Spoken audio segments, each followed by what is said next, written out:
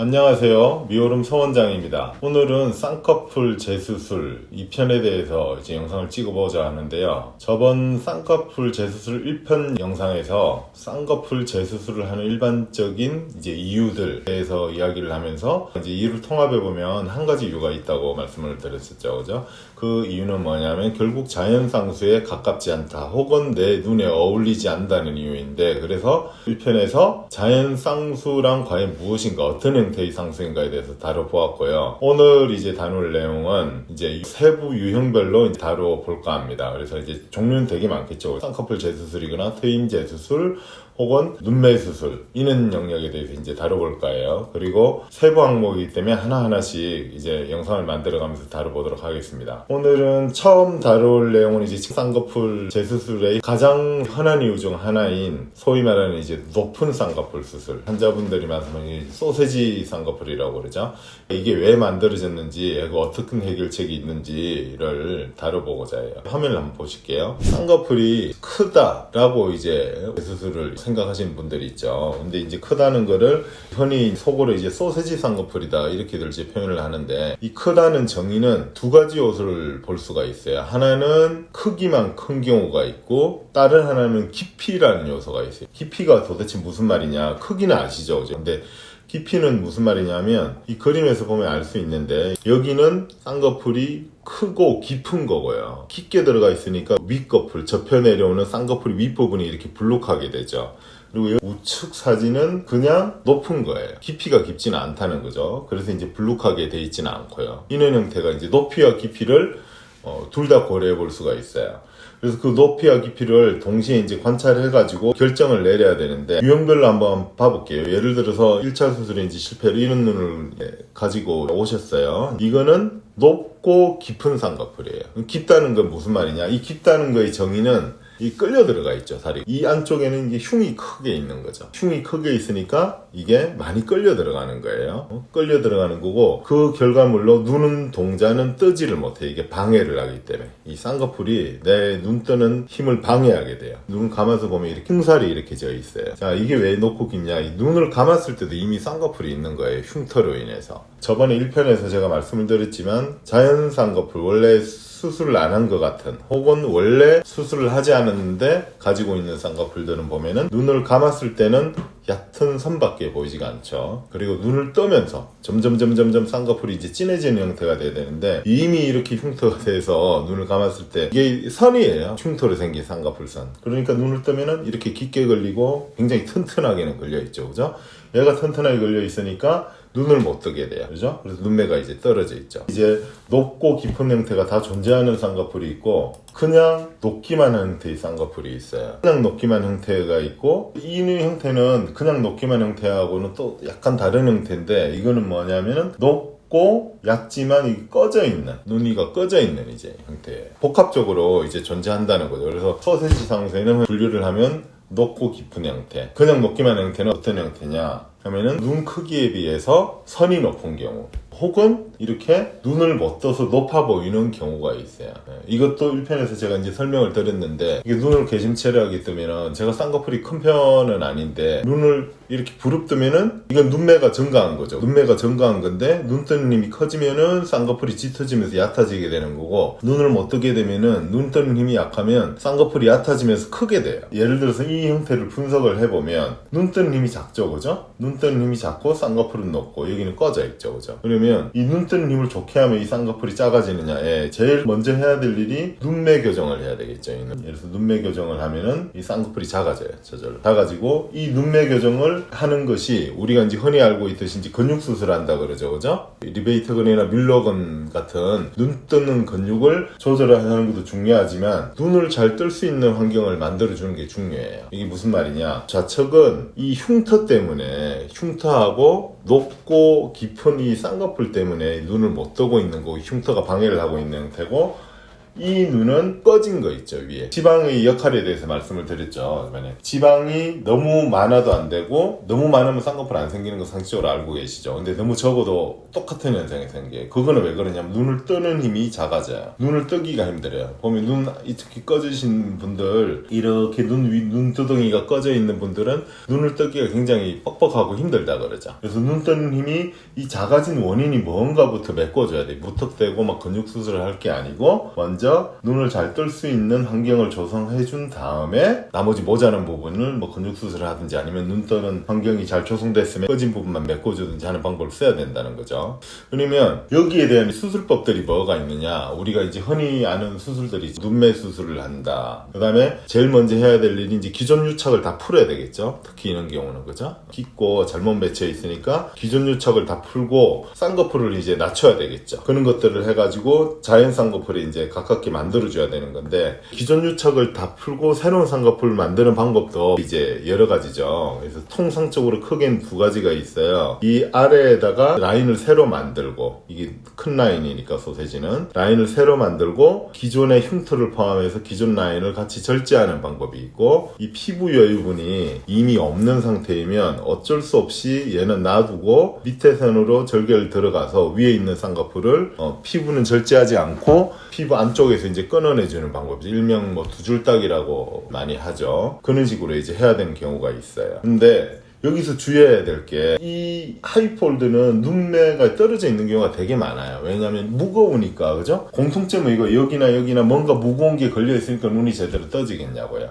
그런데 주의해야 될 점이, 눈매를 무턱대고 하는 게 좋지 않다고 제가 계속 말씀을 드렸죠. 그죠? 이게 복합적인 현상이에요. 특히 이제 상담 와서 많이 물어보시는 게, 저 눈이 너무 흐릿한 것 같은데, 내가 남하고 비교해보니까 혹은 연예인들 사진하고 비교해보니까 내가 눈이 흐릿한 것 같은데 또렷하게 안 되나요? 많이 물어보시는데요. 이게 양날의 검이 똑같은 말이에요. 우리 흔히 하는 거 있죠. 흔히 환자분들이 많이 말씀하시는 게 피부에 콜라겐 차게 해주세요. 콜라겐이라 말씀하시면 좋아하거든요. 무슨 좋은 뜻이라고 이제 생각하죠. 그리고 한쪽에 유착이 생기면 안 돼요. 유착은 되게 나쁜 말로 생각해요. 근데 같은 현상이에요. 이게 콜라겐이 적게 적절하게 생성돼서 자기한테 맞게 생성되면 피부 탄력도 생기고 좋은 건데, 이게 과량으로 생기는 것이 바로 유착이란 거예요. 그러니까 이게 어느 한쪽이 좋다고 이야기를 할 수는 없어요. 예를 들어서 눈을 동자를 안 보이는 걸 이렇게 만들었다라는 것은 이 그림에서 봐서는 좋아 보이죠. 그런데 어떤 사람한테는 안 좋을 수도 있어요. 왜냐하면은 눈동자 노출량이 이게 커진다는 말은 좋은 말로 눈이 선명해 보인다, 눈을 잘 뜬다, 총명해 보인다는 말이 되겠고, 나쁜 말로 하면 사나워 보이는 말이 돼요. 그죠? 눈을 부릅뜨게 되니까. 그리고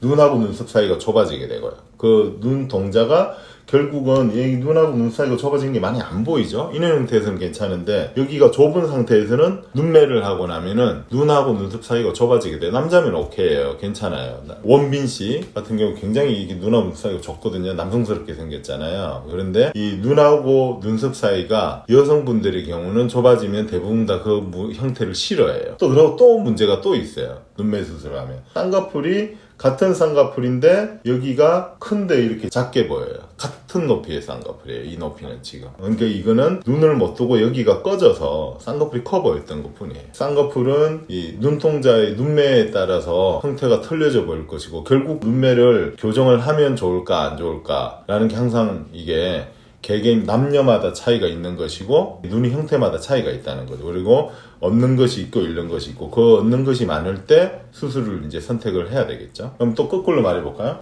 눈매가 이렇게 떨어져 있다. 눈동자가 떨어져 있다. 나쁜 말로 하면은 부자연스러워 보인다, 졸려 보인다, 멍해 보인다고요. 좋은 말로 하면은 순해 보인다. 눈하고 눈썹 사이가 멀어가지고 좀 순박하고 순해 보인다, 이렇게 볼 수 있어요. 눈과 눈 사이가 멀면 멀수록 인자해 보이잖아요, 사람이. 그죠? 그러니까 이게 양날의 검이에요. 예를 들어서 내 눈하고 눈 사이가 좁은데 눈매를 많이 해야 되냐 하면 안 되죠. 그래서 그 예를 한번 봐볼게요. 예를 들어서 이게 해석을 이제 하기 나름이에요. 자, 이 형태의 눈이 있단 말이에요. 통상적으로 눈매가 또렷해 보이는 눈동자는 80에서 85%거든요. 여기는 한 10% 정도 모자라요. 만약에 이 눈에 대해서 눈매 수술을 이분이 오셨어요. 이분한테 자, 저 눈매 수술 해주세요 라고 이야기를 하면은, 눈매 수술을 하면 이거 어떻게 되냐면은 쌍꺼풀이 일단 얕아져요. 내가 말씀드렸죠.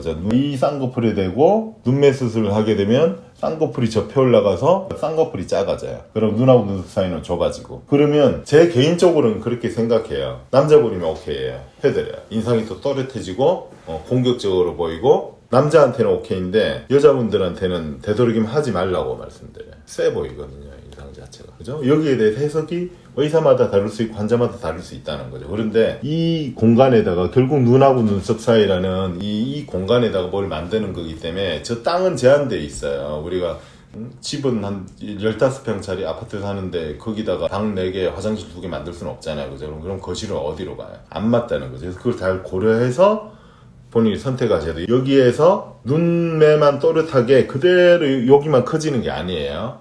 눈매는 다시 한 번 말씀드리지만 쌍꺼풀의 크기하고 관련이 있고 눈하고 눈썹 사이 거리에도 관련이 있고 전체적인 비율에도 관련이 있고 다 관련이 있게 돼요. 그러니까 여기에 대해서 조금 더 이야기를 하고 싶은데 예를 들어서 눈은 특히 그런 경우가 많고요. 우리 얼굴도 다 그렇게 연관이 돼 있어요. 예를 들어서 얼굴이 크다. 얼굴이 크다예요. 얼굴이 크다는 말은 어디하고 동의냐면 눈, 코, 입이 작다는 말하고 똑같은 말이에요. 눈, 코, 입이 작으면 상대적으로 얼굴이 넓적하고 커 보여요. 그러면 얼굴이 작다는 말의 동의어가 뭘까요? 눈, 코, 입이 크다는 거죠. 눈, 코, 입이 크면 그 구조물이 큰 거예요. 예를 들어서 코가 높아요. 이 말은 이마하고 입이 낮아요라는 말하고 동의할 수 있어요.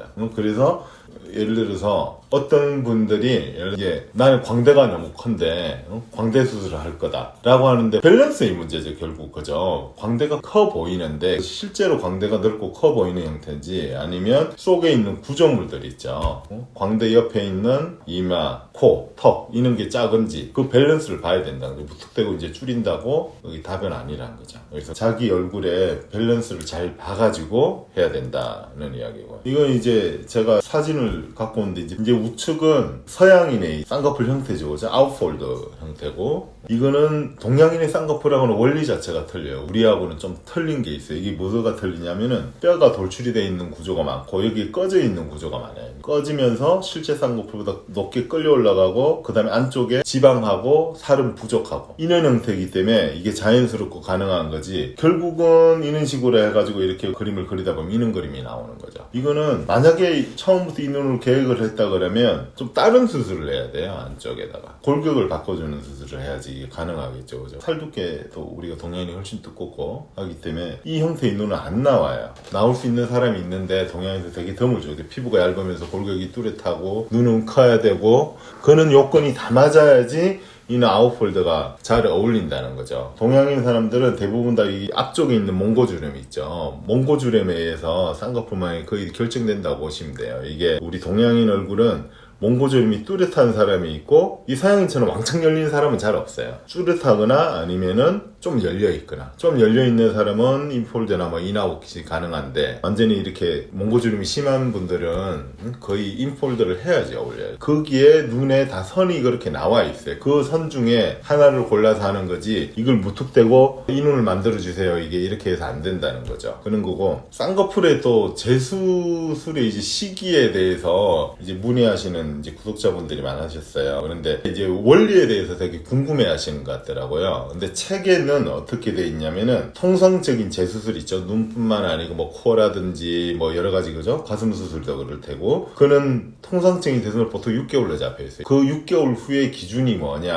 하면 이게 안쪽에 흉살이 제가 저번에도 말씀드렸죠. 눈밑 지방 재배치후 관리하는 영상에서 제가 말씀을 드렸는데 흉살이 딱딱해져 있어요. 2-3달 때까지는 이게 수술을 하고 나서 2주가 이제 딱딱이 시작해서 한 2-3달이 돼야지 리모델링이 되면서 살이 이제 풀리기 시작해요. 딱딱한 살이 부드러운 살로 이제 다시 만들어지기 시작하는데 그 완성되는 시기가 보통 한 6개월이라고 이제 보는 거죠. 근데 그거는 이제 교과서적인 이야기고 보통의 경우는 이제 저 같은 경우는 6개월로 꼭 정해서 잡진 않아요. 제가 잡는 기준은 눈 재수술의 기준은 1차 수술을 예를 들어서 절개를 해서 흉터가 있어요. 그 흉터가 빨간 살이 아닌 경우 빨간 살은 뭐냐면은 살이 빨가 있을 때는 안쪽에 이 콜라겐 반응이 되게 급격할 수 있어요. 콜라겐 반응이 급격하다는 건 결국은 켈로이드나 뭐 안 좋은 말들 있죠. 유착, 흉 이런 거하고 직결되어 있거든요. 그런 상태이기 때문에 그런 상태가 수그러든 상태. 즉 다시 말해서 빨간 살이 없어져야지 수술에 안전하다는 거죠. 그때는 이제 화가 많이 나 있는 상태. 우리가 친구하고 싸웠는데 화가 많이 있는 상태에서 건드리진 않잖아요. 조금 화가 많이 가라앉았을 때 가가지고